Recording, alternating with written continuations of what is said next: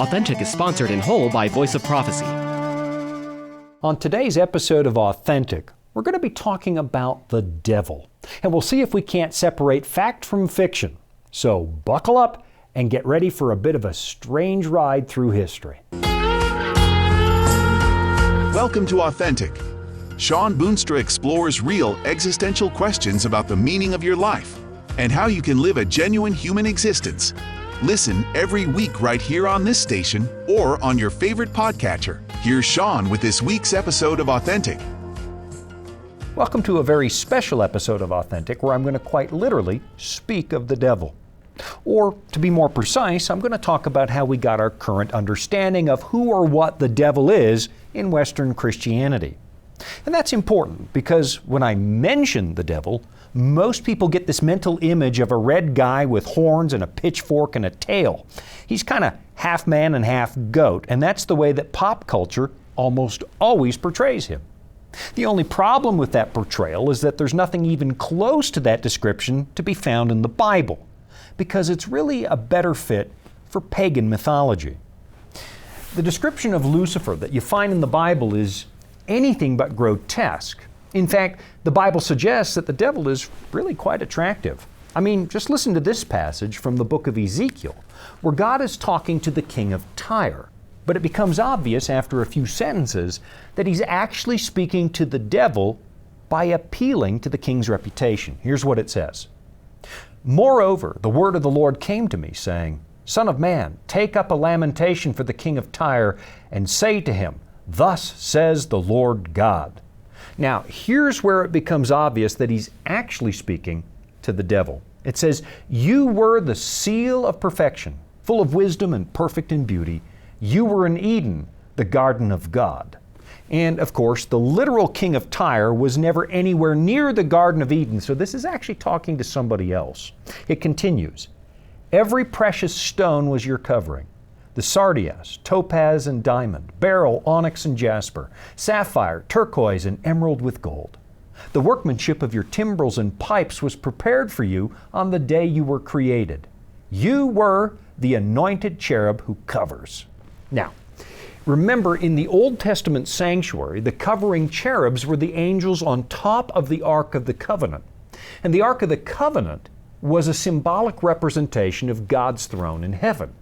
So what this is actually telling us is that Lucifer used to have one of the most exalted positions in God's government right next to the eternal throne of God. It says, I established you. You were on the holy mountain of God. Now, in the Bible, that's where God's throne is located.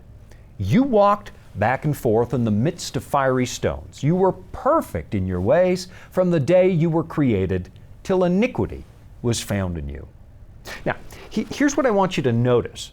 There are no horns, no tail, no red skin.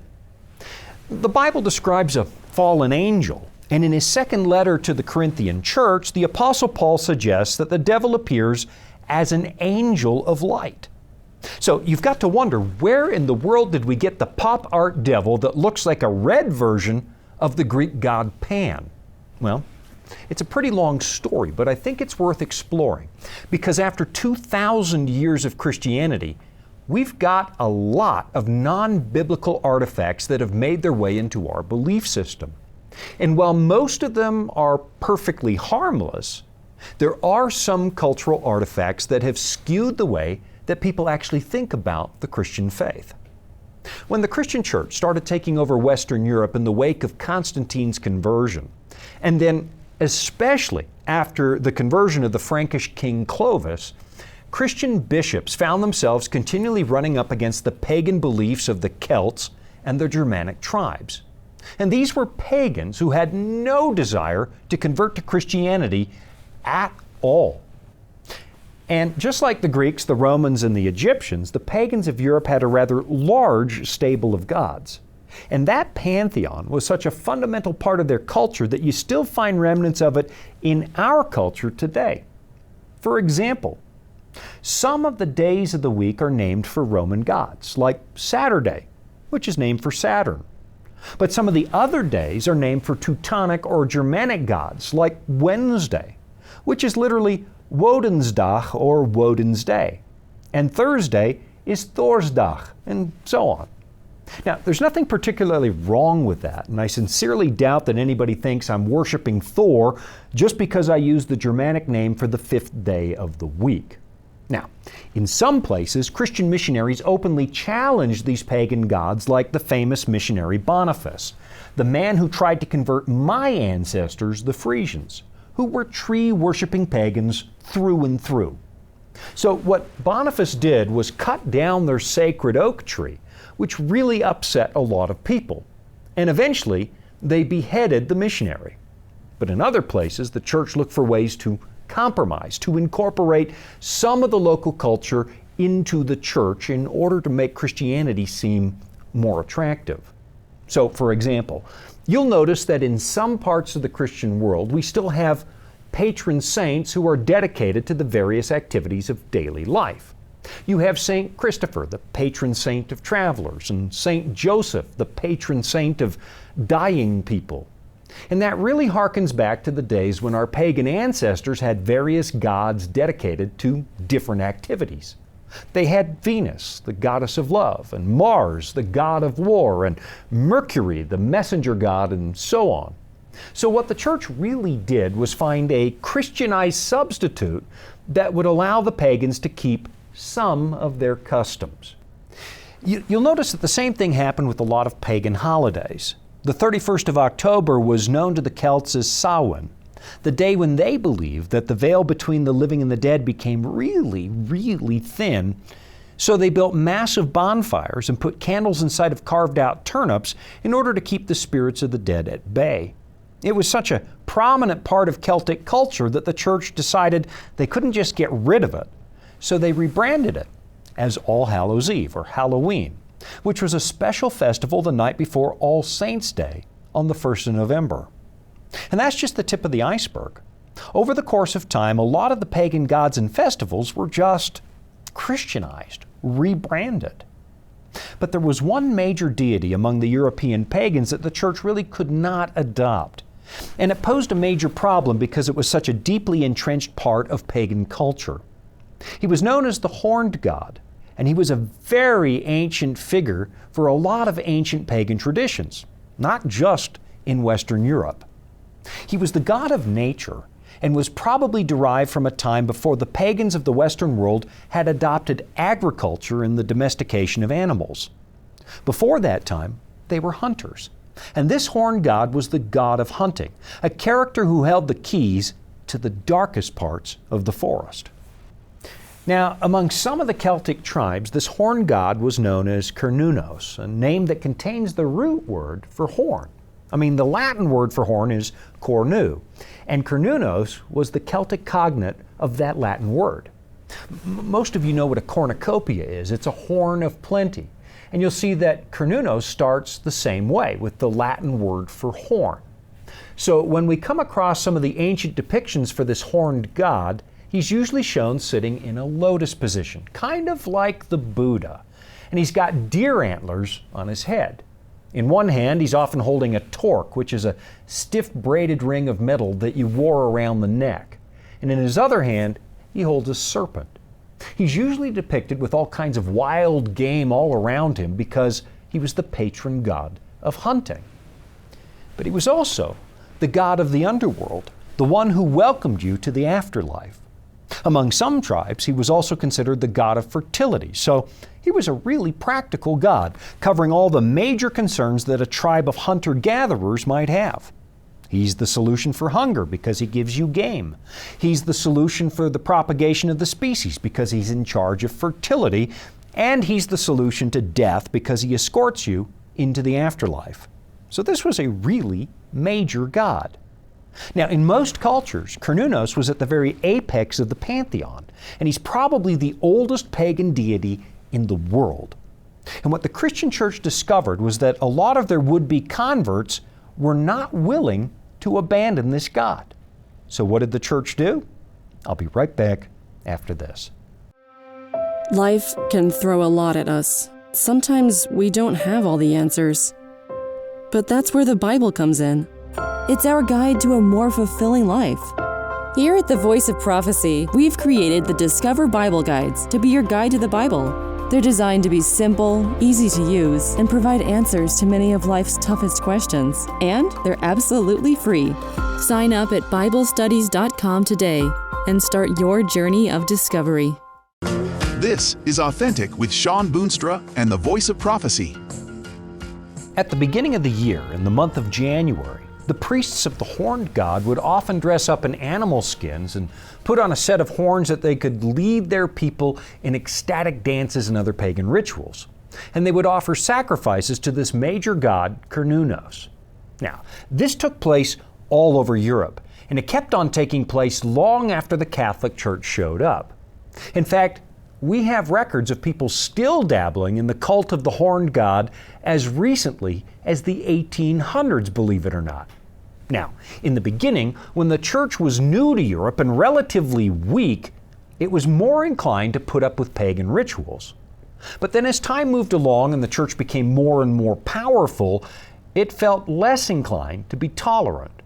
So what they did with this horned god was to compare him to the devil, the enemy of Christ. Suddenly, pictures of Lucifer started to look like these pagan priests wearing their horns and animal skins. European pagans were now said to be devil worshippers, which might be the reason that people still confuse European paganism with Satanism, and they're not the same thing. In fact, today's practitioners of Wicca will tell you that Satan is a Christian character who doesn't play any part in their belief system. Now, of course, for Christians, every belief system outside of the Bible is said to be at least inspired by the devil, but the pagans of Europe did not recognize an individual named Lucifer or Satan. Now, as a point of clarification, when the church continued to become more powerful and they started to persecute pagans, some of those pagans gladly labeled Cernunnos as Satan in order to let the bishops know that they were indeed enemies of their church. They said, look, if that's what these people hate, then that's who we are.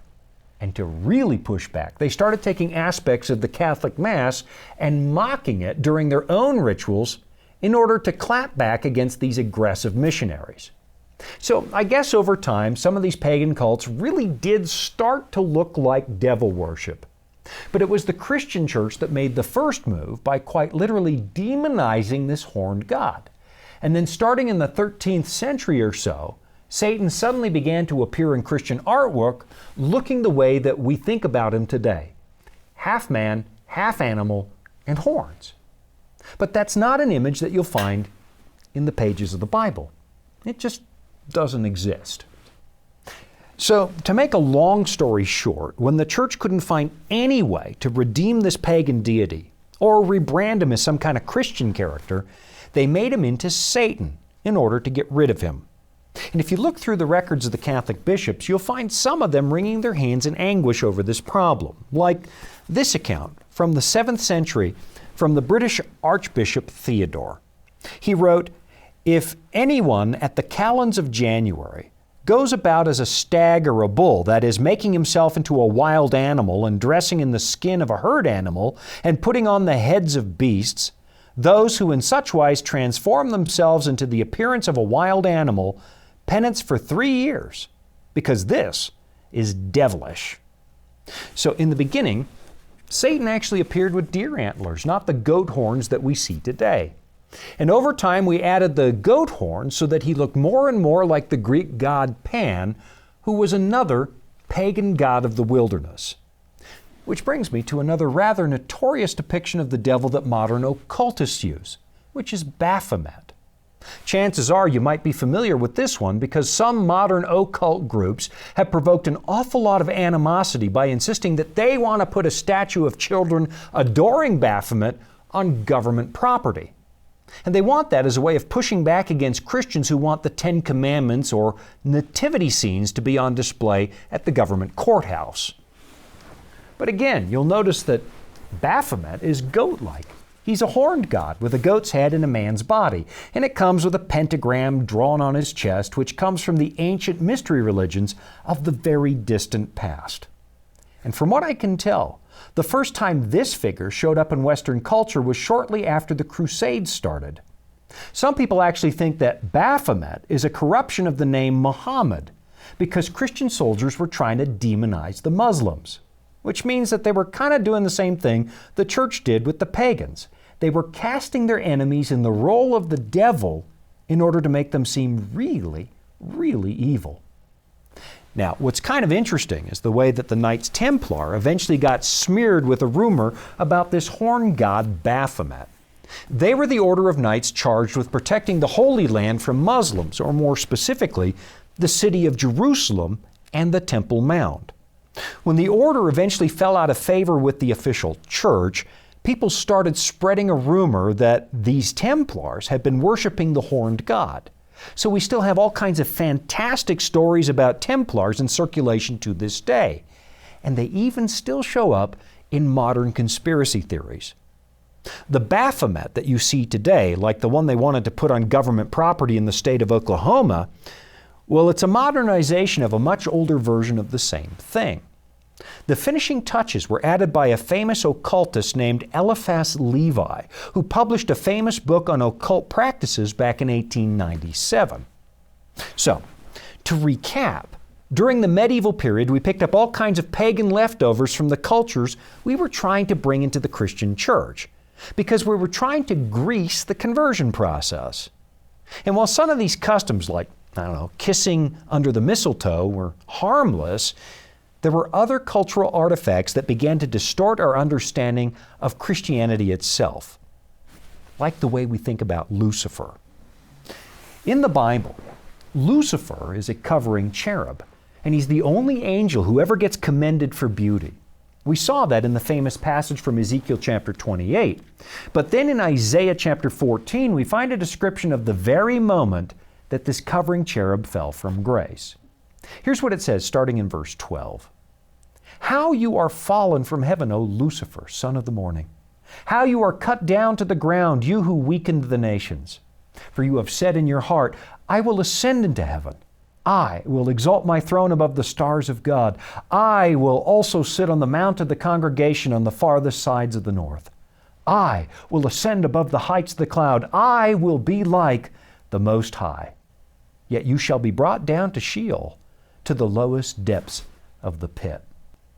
What we have in the Bible is a highly exalted angel who let his power and position go to his head. He began to crave a higher status than the one God had given him, right up to the point where he started to think he actually belonged on God's throne. And so for that reason, he had to be removed from the presence of God before he did any more damage. Now, the damage he did do was substantial. In fact, the Bible mentions that he managed to poison the minds of 1/3 of heaven's angels, who then joined his rebellion, which you find described in Revelation 12, where it describes how the struggle between good and evil in this universe began. Here's what it says. And war broke out in heaven. Michael and his angels fought with the dragon, and the dragon and his angels fought, but they did not prevail, nor was a place found for them in heaven any longer. So the great dragon was cast out, that serpent of old called the devil and Satan, who deceives the whole world. He was cast to the earth, and his angels were cast out with him. What we have in the Bible is a serpentine devil, not a goat-like devil. He's the serpent in Eden, and he's the dragon of the book of Revelation. It says that he managed to deceive a large number of angels, and back in verse 4, it tells us that 1/3 of the stars in heaven joined him. Now, stars are a common symbol for angels, and what it's telling us is that 1/3 of the heavenly host turned their backs on their Creator at the beginning of this cosmic war. I'll be right back after this. Here at the Voice of Prophecy, we're committed to creating top quality programming for the whole family, like our audio adventure series, Discovery Mountain. Discovery Mountain is a Bible-based program for kids of all ages. Your whole family will enjoy the faith-building stories from this small mountain summer camp and town. With 24 seasonal episodes every year and fresh content every week, there's always a new adventure just on the horizon. Check it out today at discoverymountain.com. This is Authentic with Shawn Boonstra and the Voice of Prophecy. When the Bible tells us that the devil was thrown out of heaven, it doesn't say that he was sent to live in the bowels of the earth, where he shovels coal on the fires of hell for all eternity. You just won't find that anywhere in the Bible. The Bible simply says he and his angels were cast to the earth. This idea that the devil lives down there somewhere beneath our feet in some fiery cave, well, that's just another medieval hangover that has no biblical foundation whatsoever. I mean, just remember that the horned god of the Celts was also the keeper of the underworld, and the same was true for Greek pagans. Hades was their god of a shadowy realm of the dead. It was a decidedly pagan way of thinking about death, and the devil as we conceive of him today was reassigned to step into that pagan role, which kind of makes you wonder just how much of what we believe about death, hell, and the afterlife is actually found in the Bible. There was also this ancient pagan story from Europe about a creature known as the Harlequin, a word that eventually morphed into harlequin, which is a jester or a fool, as in the joker that you find in a pack of playing cards. The Harlequin was a giant monster who escorted the spirits of the dead. So Europe was permeated with these very old stories about people encountering the Harlequin in the dead of night. Now, in a lot of Germanic languages like Dutch, this same character was known simply as the Hellequin, a ghostly creature who hunted at night. It's a word that should look familiar because it's got the word hell in it, or the pagan underworld. And it's got the word kin, which means a troop or a family. So the Hellequin was a creature who led a troop of beings from the underworld. What we did was recast all these pagan characters as the devil. And Satan now became the god of the underworld, even though the Bible never says any such thing. Now, that doesn't mean the Bible doesn't talk about fire, because it does. In fact, in Matthew chapter 25, Jesus mentions a fire that is prepared for the devil and his angels. But at the same time, there's nothing anywhere in the Bible to suggest that this fire is under the ground or is just a Christian version of the pagan Hades. Instead, the fire is said to burn on the surface of the earth. In fact, if you look at Matthew chapter 13, you'll find Jesus' parable of the wheat and the tares, where he says that the fire doesn't burn until the end of the world. And then it burns up here on the surface of the earth. So this idea that the devil is living somewhere beneath our feet is really just a lot of medieval superstition, and you will not find it in the pages of the Bible. So of course now you've got to wonder, why am I spending so much time talking about this? Well, let me put it this way. Christianity has an awful lot of critics who like to poke holes in our faith. And personally, I believe that Christianity will stand up against that criticism. After all, it's still here after 2,000 years, in spite of some rather determined efforts to get rid of it. But what I quite often find is that people who mock the Christian faith are mocking caricatures and fairy tales that aren't actually found in the Bible. And the sad part is that many Christians try to defend those ideas even though they were never taught by Jesus and never taught by the disciples. These are just fairy tales and they're not biblical. Now, to be clear, the Bible does describe a devil, a fallen angel who led a rebellion against heaven and then convinced the human race to follow his example. But he doesn't have horns, he isn't part goat, and he doesn't live in a fiery cave. And at least part of the reason people mock the idea of a devil is because the Christian church has actually participated in the cartoon version of this character.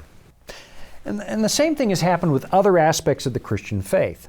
More often than people might realize, well-loved Christian teachings actually don't have a basis in Scripture. For example, most of us think of cherubs not as impressive creatures who stand next to the throne of God, but as little babies with wings that you find on Victorian Christmas cards. Not in the Bible. We talk about St. Peter letting people into heaven as if he's the guardian of the afterlife, but again, not in the Bible. It's just another rewrite of pagan mythology. And of course, there's almost no chance Jesus was actually born on the 25th of December. It's a date we borrowed from a Roman winter festival. And here's another one. It comes as a huge surprise for a lot of people when they learn that Christians actually continued to observe the Sabbath and not Sunday. And they did that for hundreds of years. And while the Bible absolutely talks about heaven as a real place, the location of God's throne, it doesn't actually say that you and I are going to live there for eternity. Instead, it says that we're going to go there for a little bit, but then Jesus, who is God in human form, takes up residence with us here on this planet. I mean, just listen to this. It's one of my favorite passages from Revelation chapter 21. Then I, John, saw the holy city, New Jerusalem, coming down out of heaven from God, prepared as a bride adorned for her husband. And I heard a loud voice from heaven saying, Behold, the tabernacle of God is with men, and he will dwell with them, and they shall be his people. God himself will be with them and be their God. So I guess what I'm saying is this. If you're going to discuss the Bible with people, at least you make sure you know what it actually says. Read the whole thing, because I think you might be surprised by what you find. I'll be right back after this. Dragons, beasts, cryptic statues. If you've ever read Daniel or Revelation and come away scratching your head, you're not alone. Voice of Prophecy's free Focus on Prophecy guides are designed to help you unlock the prophetic mysteries of the Bible and deepen your understanding of God's plan for you and the world around you. You can study online or request them by mail. Visit BibleStudies.com and start bringing prophecy into focus today. Welcome back. It's Authentic with Shawn Boonstra and the Voice of Prophecy. Okay, maybe let me ramp up by saying that one of the biggest problems modern Christians have comes from the fact that we've had 20 long centuries that involve some pretty bad thinking. A lot of people think they know what the Bible says, but there's enough water under the bridge now that we really need to go back and do our homework and make sure. Sometimes we just think the Bible teaches something. So maybe it's time to go to the basics again and have a look at what the founders of this movement actually wrote under inspiration. And when you do that, you can't just pick and choose what you're going to read or believe, or you'll end up with the same problem again. You know, to be honest, a lot of the criticism that people leave on the church's doorstep, a lot of it is perfectly justified. And sometimes when somebody says that one of our beliefs is ridiculous, they might actually be right. So it's really important to know for sure what the Bible teaches. And in order to know that, you have to read it. And as Paul told the church in Thessalonica, do not quench the Spirit. Do not despise prophecies. Test all things. Hold fast what is good. It's the same thing that he said to his young protege, Timothy, when he wrote, Be diligent to present yourself approved to God, a worker who does not need to be ashamed, rightly dividing the word of truth. But shun profane and idle babblings, for they will increase to more ungodliness. Of course, I'm under no illusion that being more accurate with the Bible is going to stop criticism or mockery, because that's been going on since day one with the Christian church. But at least let's shoot for an honest conversation and deal with the text itself instead of the fairy tales we imported from other sources during the Dark Ages. Thanks for joining me today. I'm Shawn Boonstra, and you've been watching Authentic. You've been listening to Authentic, sponsored by Voice of Prophecy. Remember, you can listen every week right here at the same time. And thank you. Authentic is funded by listeners just like you. You can support at voiceofprophecy.com. That's also where you can find all the episodes you missed, or where you can listen again. That's voiceofprophecy.com.